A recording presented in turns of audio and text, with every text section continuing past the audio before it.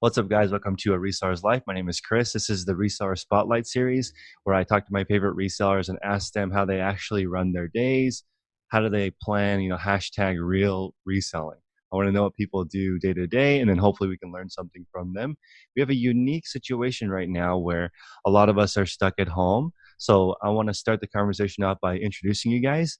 Where do you guys live? What are your names? What do you sell? Yeah, so I'm Mike, and this is my Orlando. business partner over here, Orlando, and we're a Pure Hustle Podcast. We're out of sunny San Diego, which, it's nice and sunny outside, but we're all kind of stuck indoors right now. So, Before we get too far into it, what's the best place for people to find you guys online if they want to reach out? So we're everywhere. So you can find us on Instagram, Facebook, and TikTok as Pure Hustle Podcast. We're on Twitter as Pure Hustle Cast. You can also find us on YouTube as Pure Hustle Podcast. And we're on all podcast platforms. And I could give the phone number but it's all good. You can find us if you need to find us. Awesome. I'll put the link in the description below. And the first topic I want to start off with is usually during crazy economic things is when a lot of opportunities are born. And I was listening to this podcast with Tony Robbins, who said that 75 of the Fortune 100 businesses were started during a recession. The opportunities came, they took advantage of it, but they didn't do what people normally do, which is they think, how can I capitalize on this situation? They did the opposite. They actually built community at that time. And the reason is because during an economic recession like this, ad rates drop. Right. So you actually have an opportunity to get a lot of attention for really cheap. Also, in this strange situation, everybody is at home.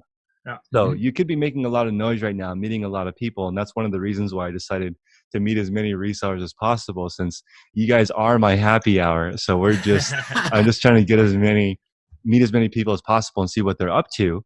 So are you guys thinking about community during this time? What are you guys doing? You guys are obviously together right now, unless This is a cool screen. So how do you guys plan?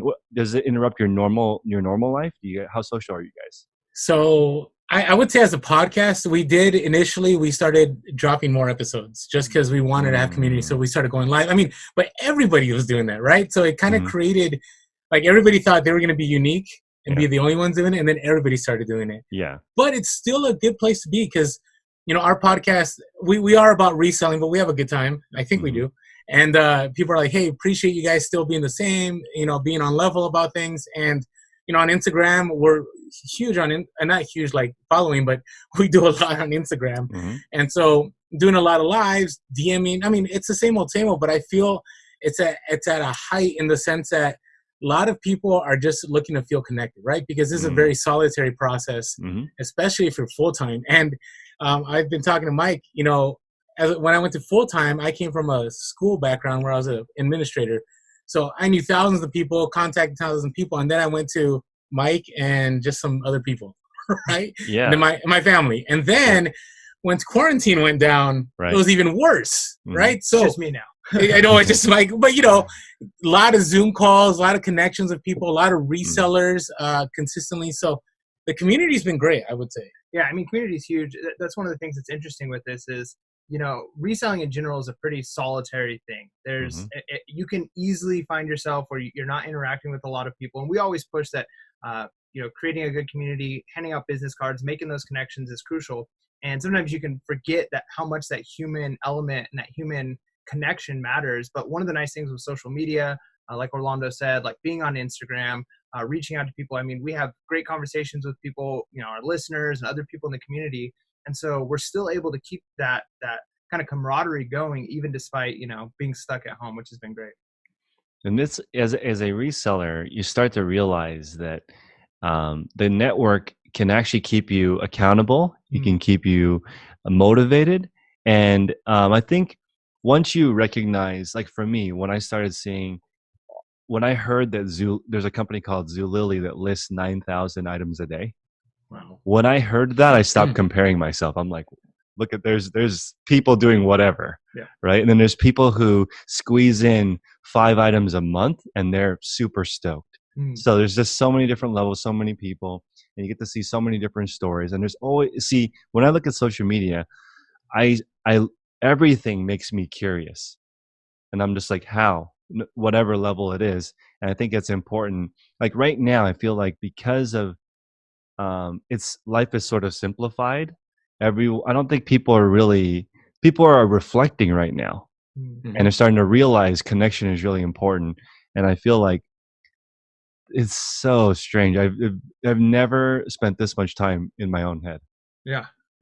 So really sure. cool. Yeah, and Let's I like talk how you about. mentioned that. I was going to say, I like how you mentioned that. There's the dark side of social media. You can easily compare yourself to people, but try not to do that. Try not to compare yourself to other people, and find ways to connect with people without feeling like you got to keep up with the Joneses. That's been our thing on reselling too. Is that Instagram is very much a place where people flex, right? They flex numbers, they flex what they find, and some of it is encouraging, and some of it is gloating, and there's a fine line between the two. And for us, we've been very much like, you've got to find the business model that works for you, right? Are you looking to scale and have a warehouse?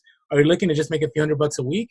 Or are you looking to maybe scale and then move out of reselling and go into real estate, right? There's different models. And so we've never been about like, hey, we're going to be big time ballers making a few million a month, but we're doing what we find satisfying. And for us, it's been the freedom of time, or the time freedom, whatever we want to phrase it. So, and that's why, I really admire you guys, because there's a lot that goes into making a show. You guys have the best kind of show, which is long form. It's not easy to create that. In order to talk for me, 10 minutes is a long show. Getting a long form show that people can listen to is insane, because when you meet them, they know you don't know them at all. And they'll ask you about things that you don't even remember saying. They're like, they know your family. It's cool when you have that kind of camaraderie. And also you can cobble together multiple streams of income. You guys are friends with Tiffany and Hugo. And when I talk to them, they have 5 or 6 different ways of earning money. That is not something one generation ago ever existed. Right. You did one thing. 100%. Not even I was just talking about this in the last podcast, where when I was a teacher, I only thought about teaching to make money. So for me, it was like doing Saturday school. I'd make $100 every Saturday, and I was pumped about that. But think about that. Just $100, right? I know that sounds like we're like all arrived, but reselling, you could easily do that with garage selling on a Saturday. Oh yeah.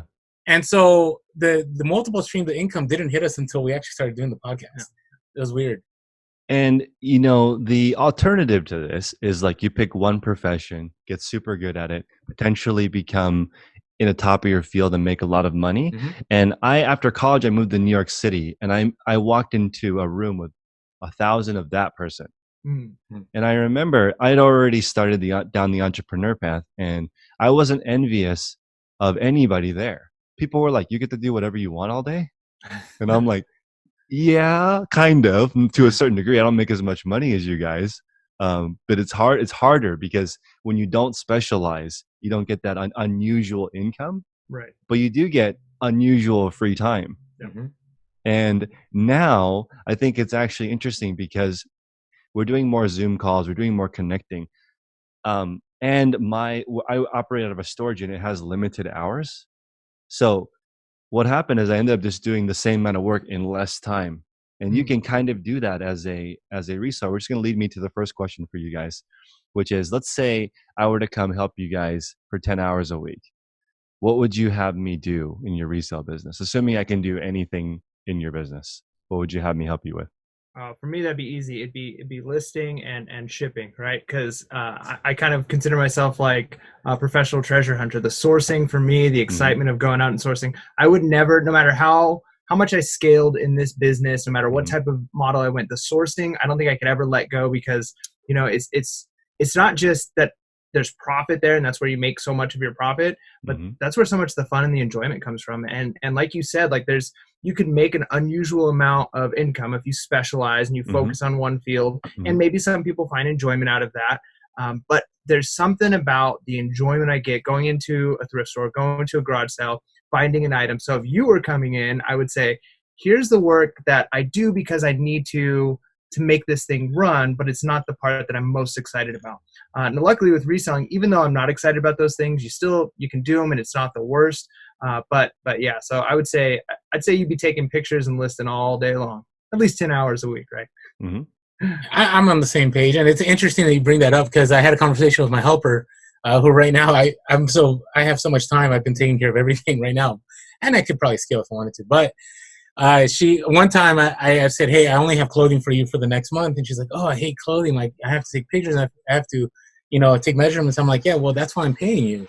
Like that's what I want you to do. Like the whole reason I could do that myself, and that would be it. I mean, in the sense that I've said this before, on our podcast. Like the only way to scale is you have to give the mundane to someone else so you can specialize in what you really are good at, right? And so the other one is cross posting. I would say my weakness right now is cross posting. I do it. I don't see the 100% benefit of it yet, but it's because I don't think I've done it at scale. I think if I did it at scale, I'd see more of it. Yeah, this comes down. I've experimented with different models, and I feel like the holy grail of reselling is 50 to 100 items a week of stuff you literally hunt and find. And then if you want to make more money, scale something more boring, right? But you can't, if you scale the finding 50 to 100 items part, it takes all the fun out of it. Yeah. It's really like, that means you're buying like massive lots and going through them. It's basically 90% sorting. But if you get to go out and hunt 50 to 100, that's enough time for you guys. How do you guys break up your sourcing? Do you do it a couple times a week? Do you do it a little bit every day? How do you guys organize that part of it? So things have changed, obviously, because the situation we're at. So I would say pre-quarantine, it was very much, I would say it was maybe 4 days a week, guaranteed every Saturday morning. And again, I always say this, I did garage sales not because it was the only way to make money, it's because I enjoyed it. But, I realized after being full-time, probably in 6 months, that there's no way I could make a full-time living just doing garage sales and doing thrift stores. I felt that it's doable. Don't get me wrong. It's doable, but it is a hustle. It's a grind. And so, then I got into making connections locally, right? And so I started doing bulk buys with maybe other resellers or with warehouses and just finding that way. So I have always backup inventory, even right now. So right now, things have changed for me as far as like every day I'm spending about an hour sourcing on eBay, which sounds crazy.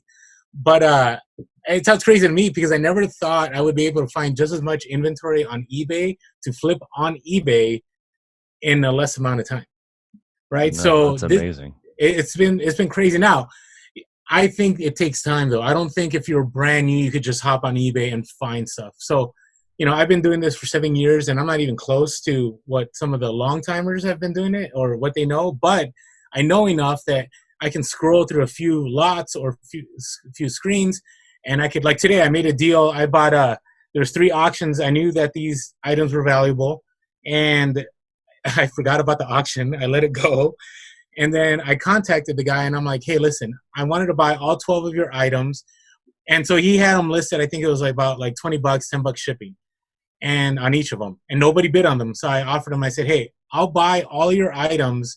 Can we do $40 plus shipping?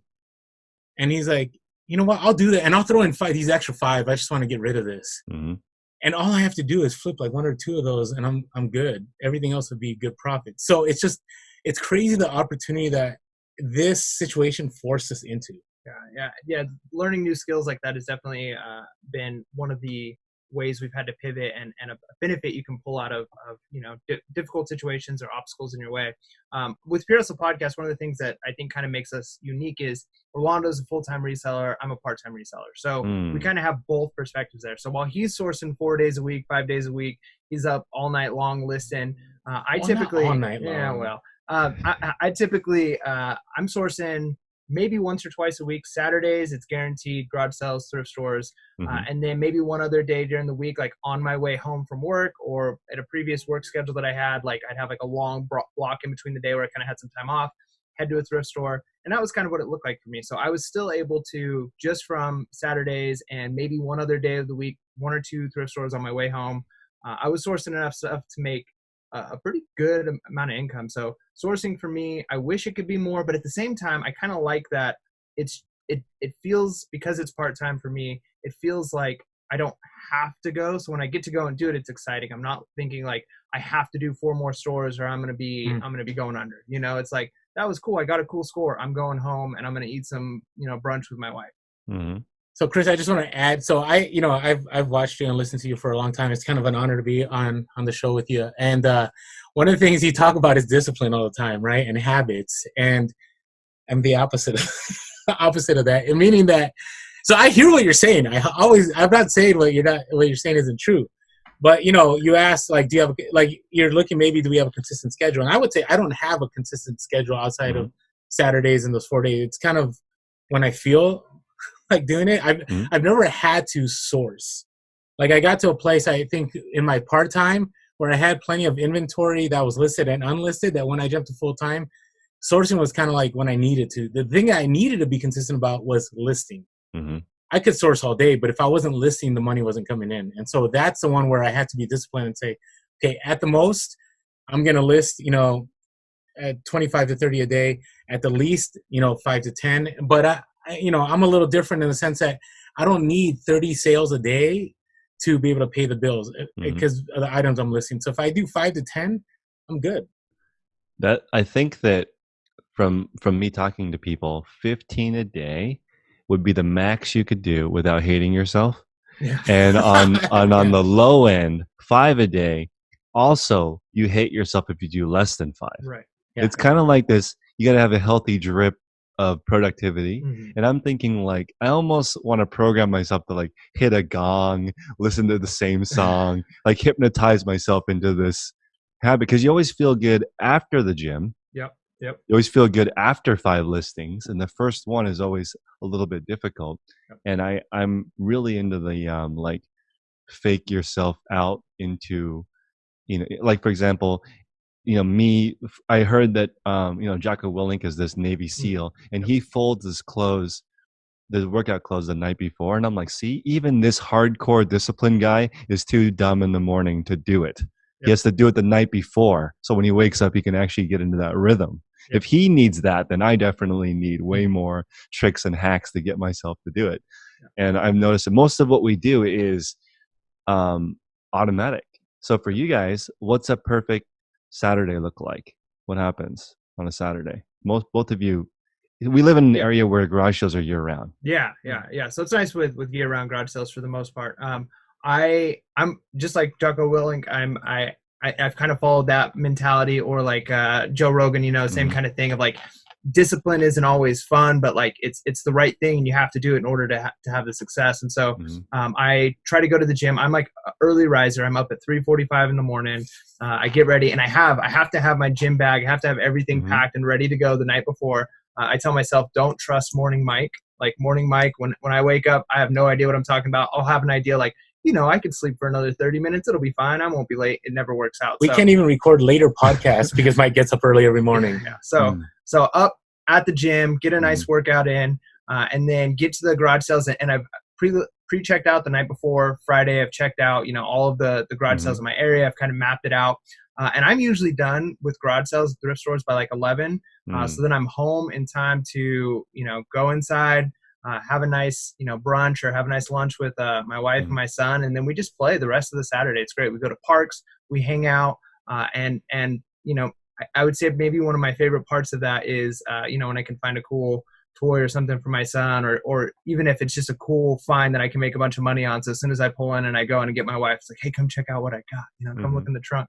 But that's, to me, that's the ideal Saturday is, getting up early, getting to the gym, and then going and crushing it at some garage sales. And then it's amazing when you're up that early and you've been so productive. By the time 11 o'clock hits, I've done more by 11 o'clock when people are just rolling out of bed, and so the rest of the day I feel good to relax and to hang out and to really, I feel like I've earned it. I feel like I can sit, I can throw my feet up at the couch, watch a show, go hang out at the park, and I'm not feeling like, man, I've got this to do and this to do and this to do. So you have a nice Saturday. Yeah, I can't say I do the same. So the night before, I do prep about 2 hours. I go through every garage sale and I set up a map, but my map is based on priority of items I'm trying to pick up.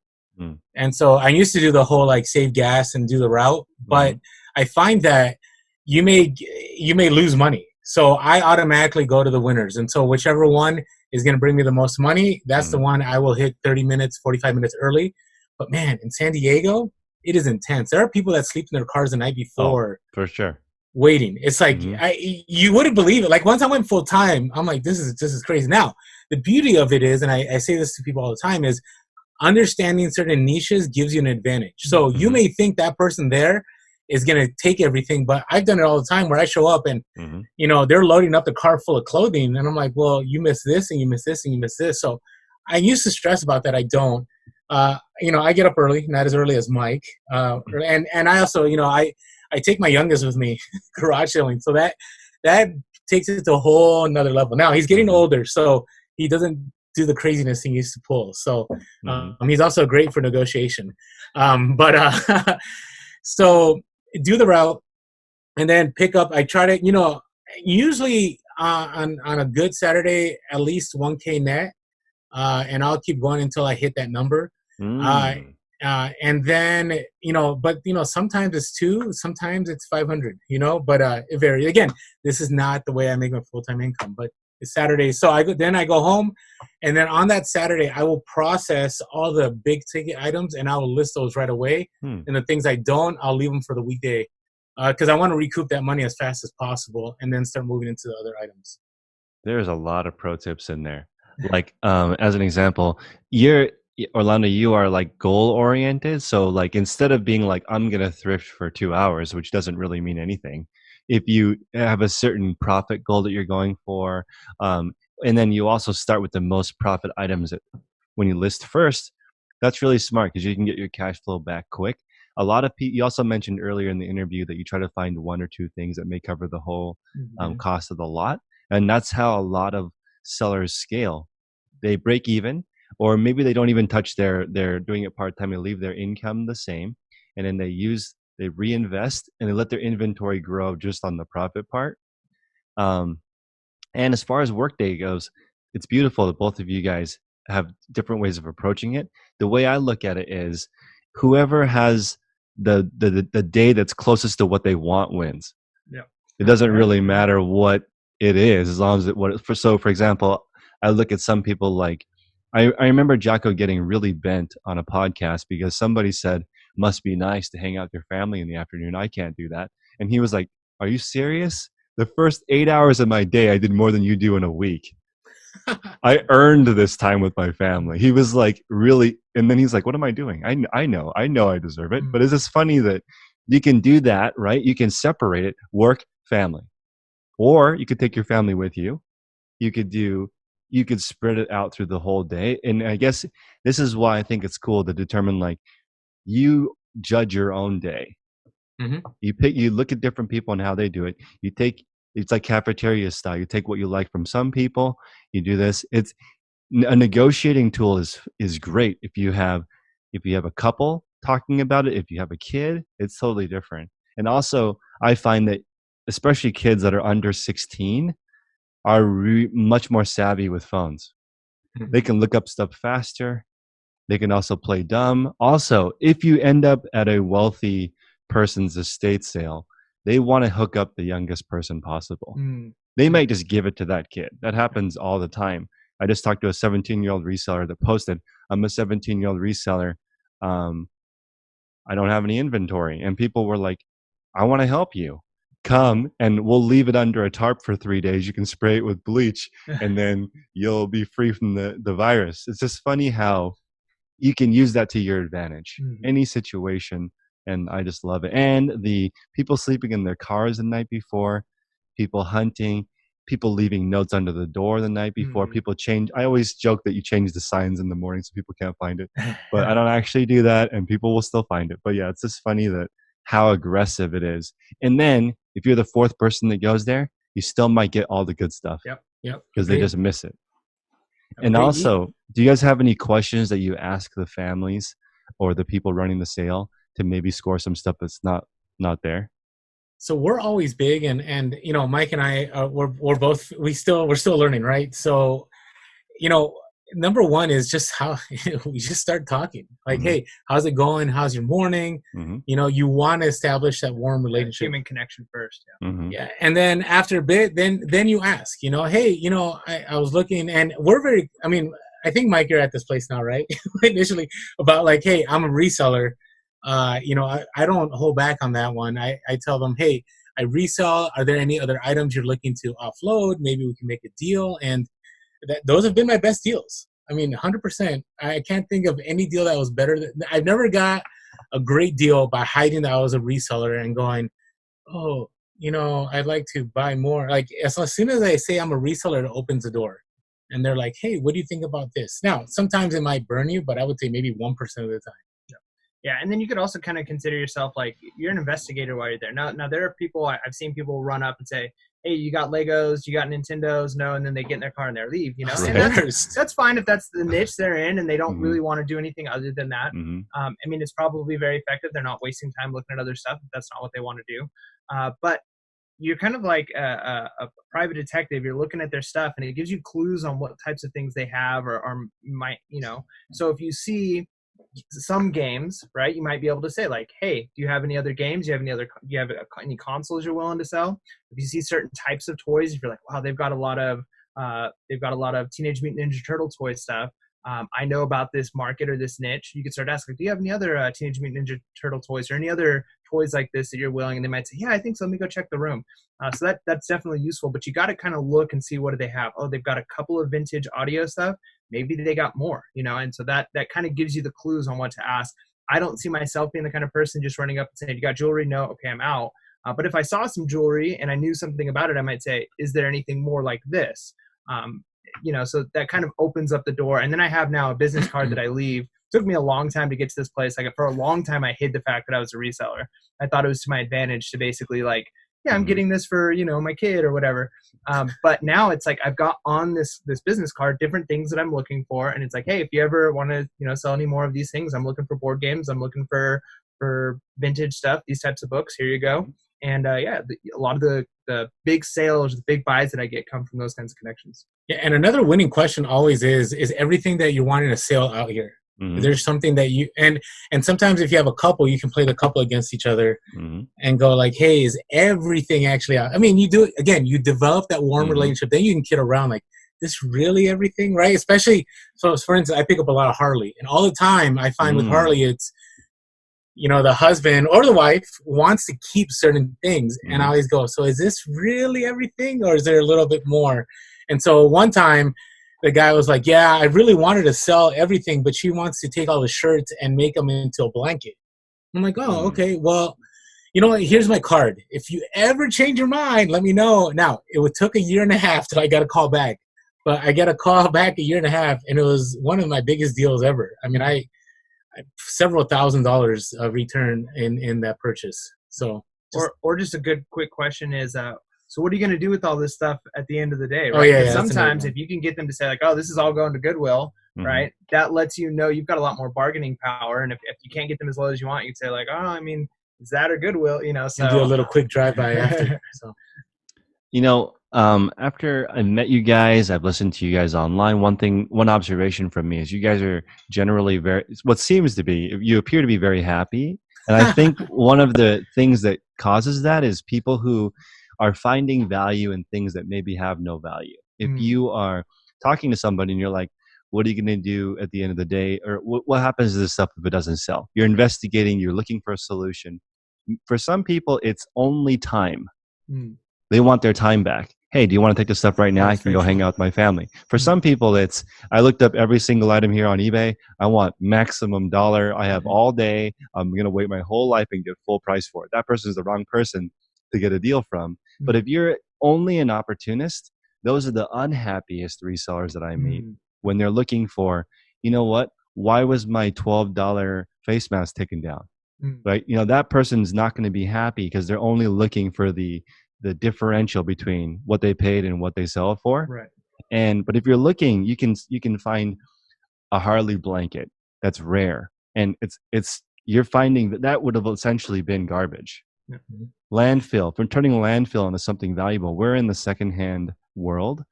Also, because if you're a true picker and you're looking for value in things, I feel like you never overpay for stuff, and you kind of understand the good stuff. Because you're going to ask yourself, why does this one sell for more? You'll find out why people value things. And sometimes it's literally just it's odd or weird. Mhm. And sometimes there's a historical relevance. And I just dropped off 8 typewriters at a typewriter store here. And I was looking through the stuff. I listed a whole bunch of stuff in his store. And he had a typewriter. Tom Hanks had it in a movie or something. And it Oh, the went Corona from, typewriter. yeah, the Corona typewriter. And he's like, yeah, it went from worth $100 to $1,200 just because of that one reference, right? Wow. And the Corona, he showed me a whole bunch of them. And then he's like, this is what you look for at the garage sales. They should need to be portable. You find most typewriters are heavy. You find the ones that are light, call me and I'll help you figure out how to do it. He taught me the different levels of refurbishing. He's like, look on eBay. The ones that sell for $450, they have a warranty. You can come here, fix it, and get a warranty, sell for. And then the other ones you'll see on eBay selling for $20 plus shipping. That's somebody who got it for free from an estate sale and doesn't want to test it. Yeah. So you can learn all these different tricks. And this, I cannot believe that this guy sells 3 typewriters a week. I haven't even seen one in forever, like actually in someone's place. Yeah. And he's still making a living from it. Wow. So you meet the techs, and I feel like if you've been doing it for a while, you can always call someone and be like, hey, what do you think? And that's part of the community part versus if you only sell one thing, there's no network being built. Right. Have you guys tried retail arbitrage? What are your thoughts on that? Great question. So it was exactly building on what I was going to just refer to. You've mentioned it. You just mentioned it about some resellers are the most miserable people you've ever met. And it's so funny because you will say the things that I sometimes won't say on the podcast, but you're right. Like so I would say it's less than 5% maybe of the reselling community. But man, you go on those forums. Yep. Right. And it's like a rabbit hole. Like if you ever want to be depressed and hate your life, like just go there and read these comments. And part of it is because people are just looking for the profit. And I know this sounds adverse to everything that we know, right? If you read 10X Rule, if you read Rich Dad Poor Dad, like it's about the money. But the reality is you have to be self-aware and enjoy what you do. And retail arbitrage. So I do a lot of it. Now I've calmed down. I actually took a vow beginning of February and said no more retail arbitrage until May, and kind of with the pandemic happening, it kind of forced me to do that. And well, as far as going to stores and traveling and all that, but there's money to be made in retail arbitrage. There's a lot of money to be made, but it is risky. I still think it's risky if you're doing it through Amazon, in the sense that I've always said Amazon will drop the hammer at any time, right? So I think about those businesses that were all about non-essentials, and then Amazon dropped the essential hammer. Right. All right. I think about the FBA sellers. I mean, even myself, I have talked to Mike in the last podcast. I had $3,000 worth of retail arbitrage that I was going to send in, and then they dropped we're not accepting shipments. And luckily, I have plenty of inventory, and I have savings, and I have eBay, and I wasn't like, oh no, like I'm going to lose that $3,000. Now, I've already sold 1/3 of that on eBay, and I'm good. But it's that thing where retail arbitrage is there's a hunt. It is fun, but I only think it's fun for like 3 weeks. Like I think it's only fun in Q4, like right after Thanksgiving until like the second week of December, where there's that sweet spot where like the sales, like you can't believe, like every time you swipe on your Amazon app, you're like, whoa, I just sold 100 items or another 100, and the rest of the time, I don't know. It's just not the same to me. That's just my thoughts on it. And that's why I struggle, Chris, with your advice about replenishables, because I feel like I'd be in the same place if I went replenishable, even though my life would be easier. Oh, it's easier, but it's like being an accountant. Yeah. Well, yeah, that's what I mean. Like, it's not very enjoyable to sell the same. Even the same category can get boring. Yep. So there's definitely a balance with that. Let me ask you guys sort of an interesting question. What happens if somebody offers and buys every single item that you have? So now with the knowledge that you have, would you guys do anything differently? Let's say you start fresh, 0 death pile, 0 items for sale. What would you guys each do different now? Yeah, I mean, that's an interesting question because I'd probably say 10% of my inventory that I currently have were, I don't want to say expensive because it wasn't expensive, but they were lessons. I paid for lessons, right? And so, there are a lot of things that I bought when I first got into it that I wouldn't buy now. And so I've learned a lot of new niches, and I've kind of improved. So I don't think I would change my model. I think my model would stay the same. I think what I'm picking up would be a little different. And uh, when I first started, and I think a lot of people start like this, I was happy with $5 to $10 profits per item, because it's like, hey, I'm going to buy this, whatever it is, blank media pack, and I can sell it, and I'm going to make $8 net profit on this. And all of these items like that I would get. And over time, it allowed me to build up capital so that I had more capital to say, like, hey, I'm going to drop $80 on this one item, but I'm going to be able to sell it for $350, right? Like the same amount of work it takes to list, I'm going to make quite a bit more. And so I think if I just had all of my inventory and capital, and that wasn't an issue, I wouldn't be spending as much time buying low profit items unless I really, really enjoy the niche. Like there's certain books I really like to buy and sell. There's certain things like that are just fun for me. It's like, oh, I can't believe I found one of these. But other than that, man, I've got so many things that's not worth it. And I think the other thing I would change, and it's hard because I make so much money on VCRs and those types of things, VCR DVD combos. But man, I have a whole pile of them right now, and I just never get around to testing them and listing them. So I think that's one thing I might do differently is only buy a couple and wait until I've listed them until I buy more, instead of I've got 30 of them. Where do I start? Because it almost creates this death pile in your head of like, I don't even know what to start. I'm not doing anything. Rolando, thoughts? I'd be on social media. That's the first thing. I know it sounds crazy because earlier we were talking about shutting off social media, but so I learned a lot in the early days from YouTube, right? So there's a group of resellers. I mean, and it's funny because now I'm friends with some of them, but I wasn't on Instagram. I wasn't on Facebook. I didn't get back on social media I wasn't on social media since 2008 until we started the podcast. So I was about a decade with no social media, except for YouTube. And then I have learned so much. Now, maybe it's because we had the podcast and we've been able to learn from a lot of people. But I'm telling you, the best lessons I've learned is from other resellers. So, even inventory systems like Hugo and Tip Quick Ship Quick, right? They're part-time, but their inventory system, they could easily transform that into full-time and they would excel. I mean, in their interview, and I recommend those of you that are listening, check out their interview, when even they're so good at bookkeeping.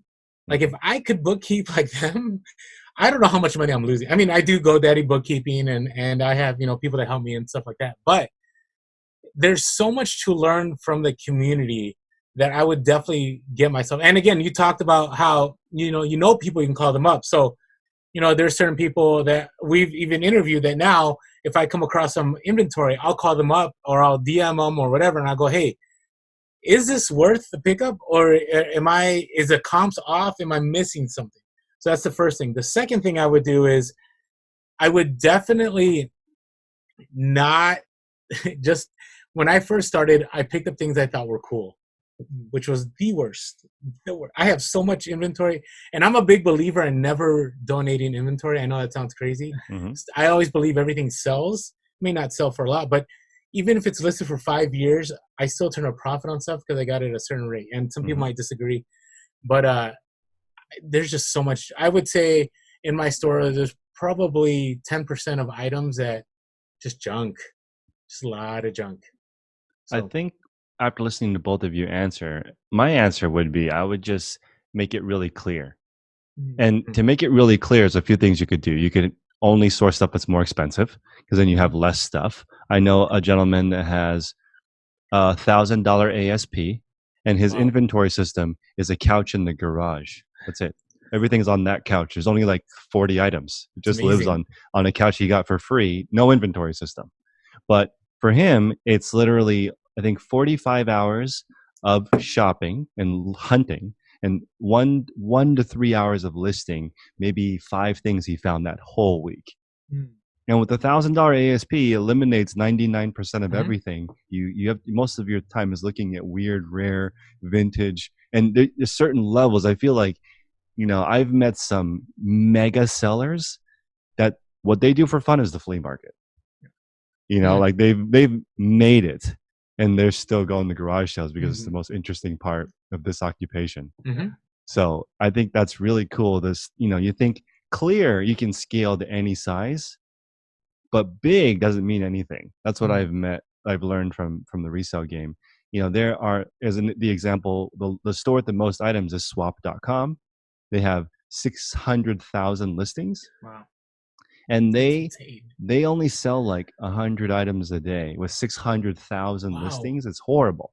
It's really inefficient. They went out of business. So big, they're still open, but they're in bankruptcy. Mm. But big doesn't mean anything. No, You can have a tiny store with 10 items, and your wife's like, how's the resale business? And you're like, last month I made $142. That's pretty slick. Mm. You know where your business is at. Yep. You're like, that's our phone bill. Yep. And that gives you some, and I think it can cause a lot of stress in your family if they're like, how you doing? And you're like, I think I make more than I spend, which is generally good enough for some people. Mm. Mm. But I would say clear is really clear is so important rather than big. Yeah, that's good. So let's talk about the reseller crew part. This is the part I think you guys are in. Another thing I learned from you guys is you're in it for the long term. Your podcast has been around for a long time. You didn't do it for, there's no get rich quick involved with podcasting. It takes a long time to build up.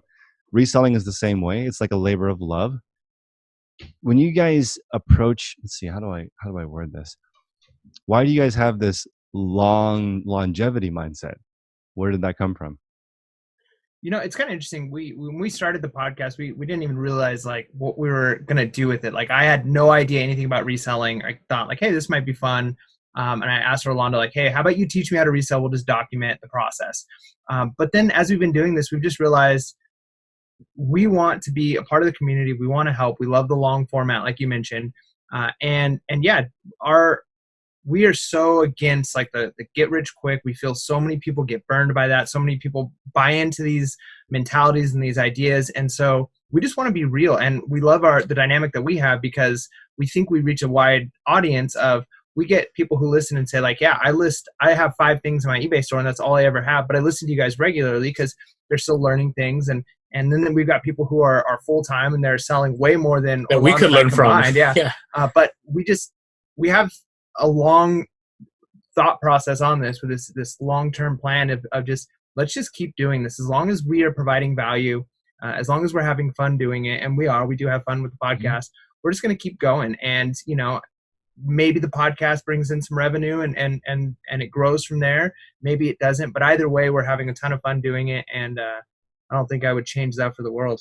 No, I agree. And it's strange because I've been asked before, like, Orlando, how long are you going to do this for? Right. And there's times when I think about this, I go, is this a temporary thing or this is my life? Like, I honestly don't know, Chris. I was in education for 15 years. I still teach 1 class a week and I do it just because I love it. And it's, the highlight I love reselling too, but there's something about being in a classroom with students that I still enjoy, even though right now it's all Zoom calls.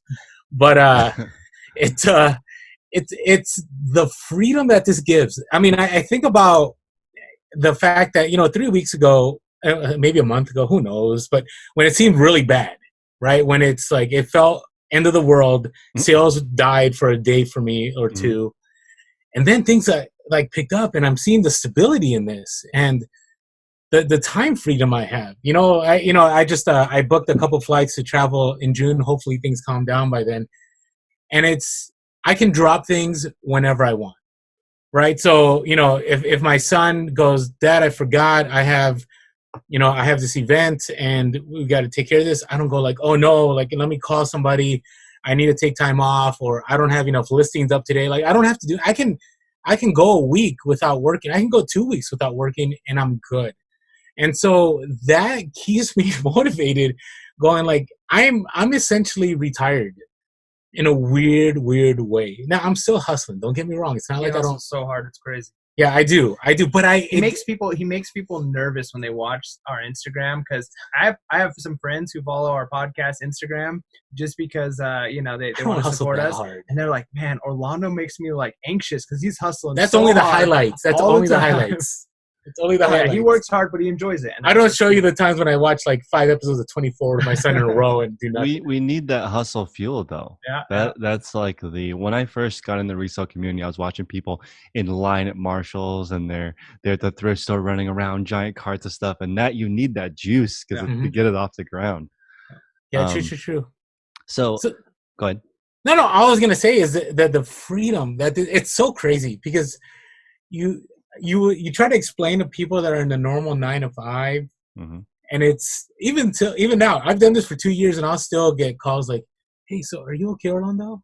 Is everything all right?" I'm like, "Yeah, like I'm good. Like financially, I'm better now than I was when I was a school administrator. You know, I'm good." So it's again, that's what motivates us, keeps us long term, is the time that we have with our families and friends.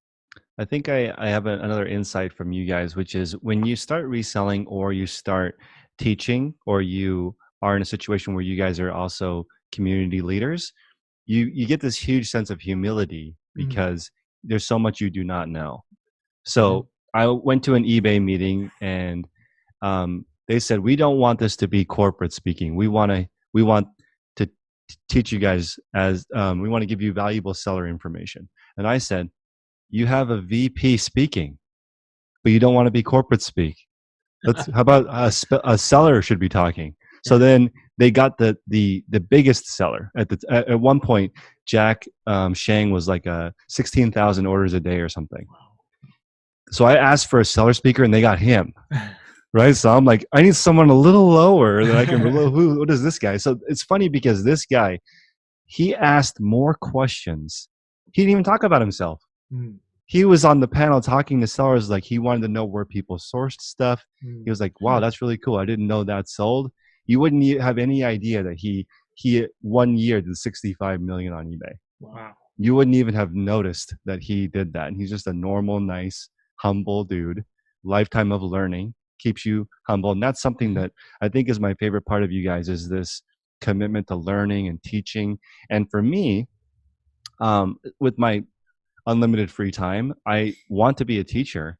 And so like I'm on Skillshare, and this is interesting. You're not allowed to talk about reselling. Really? So even though that's my jam, that's like my day job, the platform that I want to teach on doesn't even allow that subject. Wow. Which is cool because I think that the richest people I have ever met, they prioritize. We were talking about schedule at the beginning of this call. Almost all of them do 10 hours a week of coaching or teaching at a university, at small youth groups. They've made it, but they still prioritize that 10 hours a week. So it makes sense. No matter what level you are at, that's like the good stuff. That's the good stuff of life. That 10 hours a week of helping people and explaining and community driving, that's like pretty awesome. And you learn through teaching, and teaching. We're lifelong learners, and we've learned more from doing this podcast, and we've So probably true. taught anybody. And so it's pretty awesome to have that as an opportunity. So yeah, I mean that's something I could say to all of your listeners, all of our listeners, is find that person. I mean, other people talk about like have a mentor and then mentor somebody, right? Like you got to have it. It's got to flow both directions, and that's the sweet spot. When you've got somebody pouring into your life that can help bring you up, and you're doing the same for somebody else, that's really where you want to be. I'm going to end this with the hardest question. I always like to do this. So I'm going to ask you, both of you, the question of if you could do one thing and focus on that for like the next, let's say 6 months, one thing that would transform your resale business the most, what would that one thing be? It could be systems, it could be sourcing. What would you do in the next 6 months that would turn your business upside down? Man, for me, I kind of pride myself in my inventory system and my bookkeeping. I'm pretty good with that stuff. However, I scaled way faster than I anticipated. And so my systems have evolved, but not quick enough to like match all the things that I've grown. And so I think what I would almost need to do is kind of just do a start from scratch, take everything out of bins, completely go through my inventory, redo things. Because at first it was easy. You got one shelf of shoes, you've got one shelf of electronics, and then so you could label it that. And then as it grew and got bigger, now I'm finding myself, even though I have everything labeled, I know where stuff is, it's still difficult because it's like, okay, this is a VCR or this is a shoe, but it's in this tote, so I have to look on this. And so instead of just knowing like all shoes are here and so I think I would just start from scratch. And I don't think it would take 6 months, but I do think it would take some time. But I think what that would do is it would free up enough time that I could focus more on other little aspects. We say things like the 80-20 rule, right? Like 20% of what you do gets you 80% of the profit. Well, once you're there, then you got to focus on that other, 80% that's going to get you 20% more. And some of that is little things, like little bookkeeping things you can do to make it a little bit better. And so I think I would try and focus on the part that isn't going, the fine, minute details. Like those are the things that I think if I can kind of tighten up right now and be at the level, because I like where I'm at reselling wise. If I can kind of tighten up those fine details, I think I'd be good to go. Yeah, so it's crazy, I'm gonna bring up, so I listen to you, so you talk about some people have garage sale stores, right? And you talk about that. I think you mentioned that's not a way to scale. I kind of disagree. I think you can still scale it. It's a grind. It's a huge grind to scale that. And I know that because that's what I'm trying to stop. And so I'm in a place right now where I think I finally arrived that I hate certain things. Like I can't stand, like you talk about VCRs and like I have those. They just sit there. Certain audio equipment, while it's profitable, I don't want to deal with it, right? And I do love vintage apparel and I love vintage gear and I love all. So what I'm trying to do is I find that I waste a lot of time because when you really enjoy something, you're not wasting time, right? Either one, you're being more efficient with it, or two, the fact that you enjoy it, it doesn't feel like you're wasting time. And right now I feel like I'm losing a lot of time on stuff that I just picked up because I believed it was profitable. And I don't want to become that angry, jaded reseller. And I don't see myself there yet, but I could see myself if I keep doing what I'm doing and building, and I have a bunch of stuff I don't care about, that I'm going to end up in that place. I wanna enjoy what I'm doing, which I still do, but I see it coming. And so I would say, especially because of what's taking place right now, where I can only source what I really, really know. I can't go to a garage and go, hey, I'm going to pick up that random thing I know nothing about and list it, right? I don't have that option anymore. I've had to hone in what I source. And so as a result of that, I'm really enjoying what I'm sourcing, what I'm listing. And it's given me a different view of like, okay, and you've mentioned this about people being experts in a few things and then going with it. And so I think that's where I'm landing. And I see myself in 6 months in that place, which in turn should mean I'm working less, but being more profitable. I like that. That's going to be, it's sort of like the sort of specific garage sale, right? Not everything, but like, and that's what I have. I have done both. I've done only one category and I've done when I first started, I'm like 30 categories sounds reasonable, right? So I'm like, whatever. But yeah, I get it. As you narrow it down, it really starts to help to be focused. But then also like, I feel like you just have to be into it. It's willing if I just listed a cash register. It's cool. I'm not into it. I don't want to list 10 of them. One of them is good. Just a little bit of messing around is totally cool. But I don't want to take up too much of you guys' time. I appreciate you guys stopping by. Why don't we remind people what's the best place to find you guys? So our go-to that you could always hit us up and we'll get back to you is Instagram. We're always good about the DMs on there. But again, we're on TikTok. We have a growing TikTok audience. So, sorry about the cringe. And then you can find us on Facebook and always on YouTube and always on all the podcasts. You'll find us. Yeah, that's all. Just Google it and you'll find us. And I want to end with commending you guys on starting your own gig because people don't realize how hard it is to create a brand, create a podcast, the social media part of it, balancing all that. Plus you have families, plus you have reselling on the side. So I commend you guys. Creators don't get enough credit. So I appreciate you guys' time. And until next time, everybody at home, make progress daily. All right. Thanks, Chris. See you.